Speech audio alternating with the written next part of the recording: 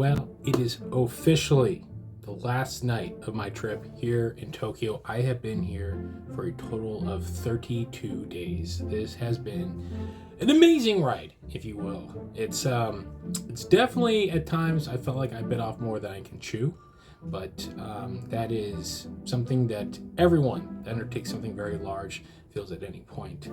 So before I finish packing up all of the wonderful little things that I have gotten in the last couple of weeks to take home with me, I want to do one more video from the lovely city of Tokyo, where I am at right now. I'm in my teeny tiny bedroom, if you saw my previous video.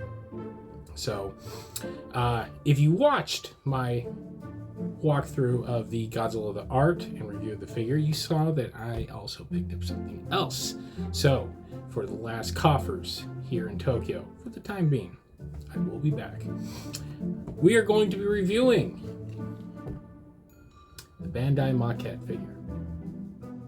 Now, once again, you'll have to pardon the very weird setup. As I said, I am in a closet of a bedroom right now. My hotel room is maybe a little under, it's like a 10 by 10, if that.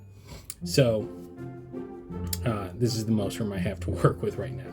So what you're looking at is the relic of the very first Godzilla the Art exhibition, when Bandai and Toho went way out of their way to do something special for the exhibition. Now, you saw my last video on the Godzilla the Art, and you saw the figure that was for this year, which was simply a repainted Bandai Movie Monster Series 68 figure.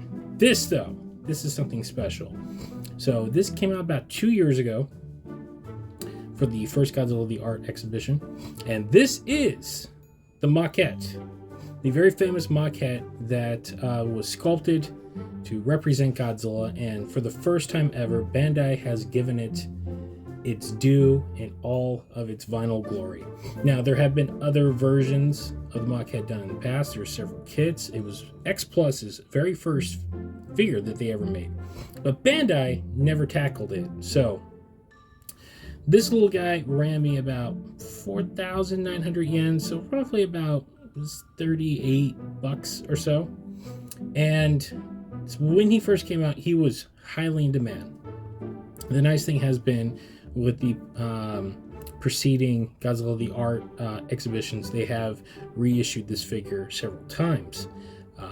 He still goes for a little bit online. I've seen him upwards of about $200, but I was lucky enough to get to the event early and thus pay retail price.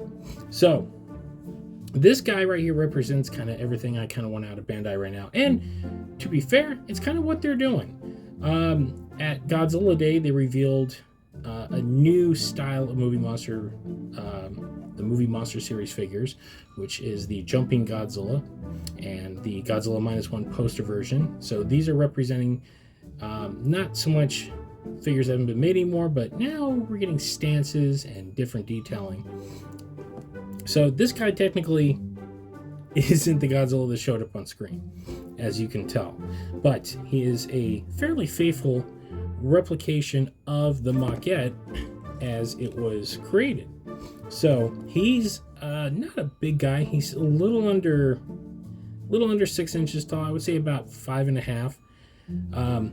He is very well sculpted for a Bandai.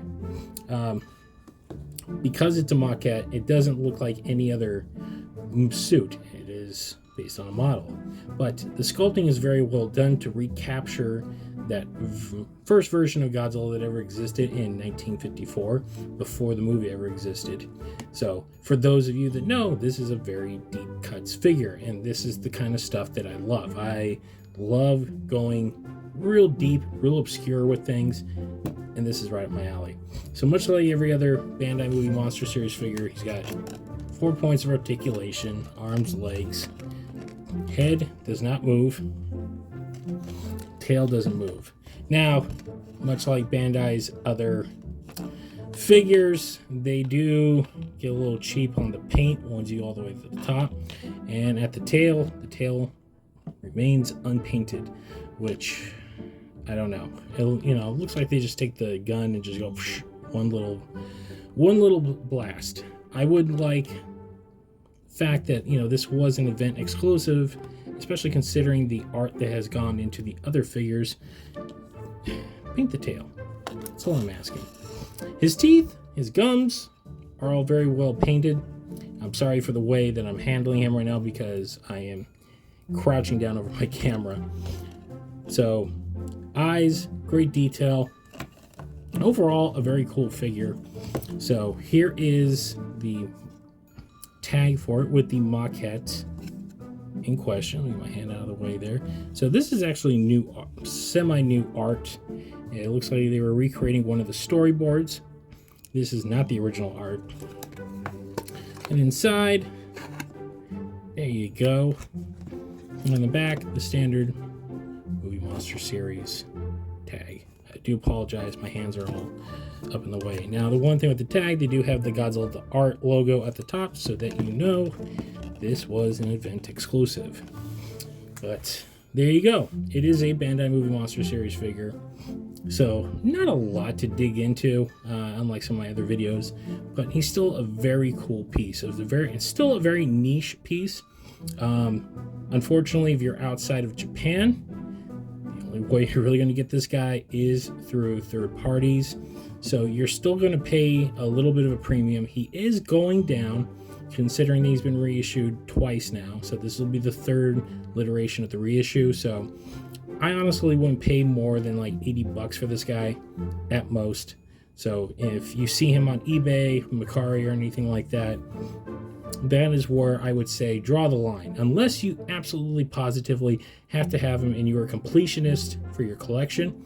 But beyond that, I would say save your money.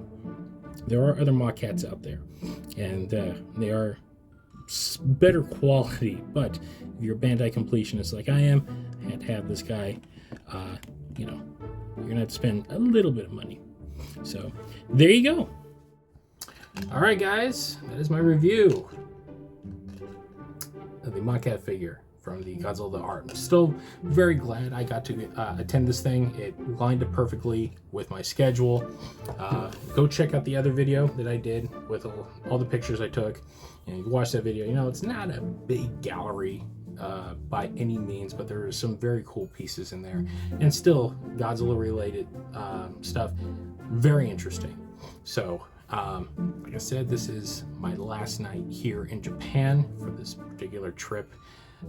For those of you who've been following along on our social media and the videos I have managed to get up on YouTube, thanks for following along with me on this fantastic little journey. I have a lot of stuff once I get home and get settled in and have a little more time that I'm putting up, so stay tuned to this channel because there will be quite a bit more that you haven't seen just yet. So on that note, we do have a show.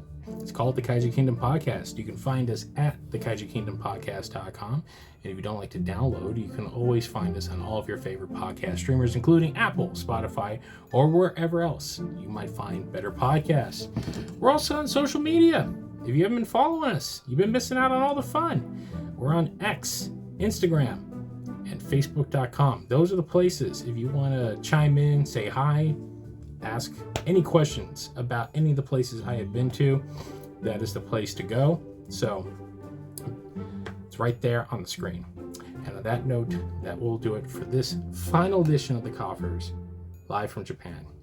Thanks for watching, guys, and we'll see you next time.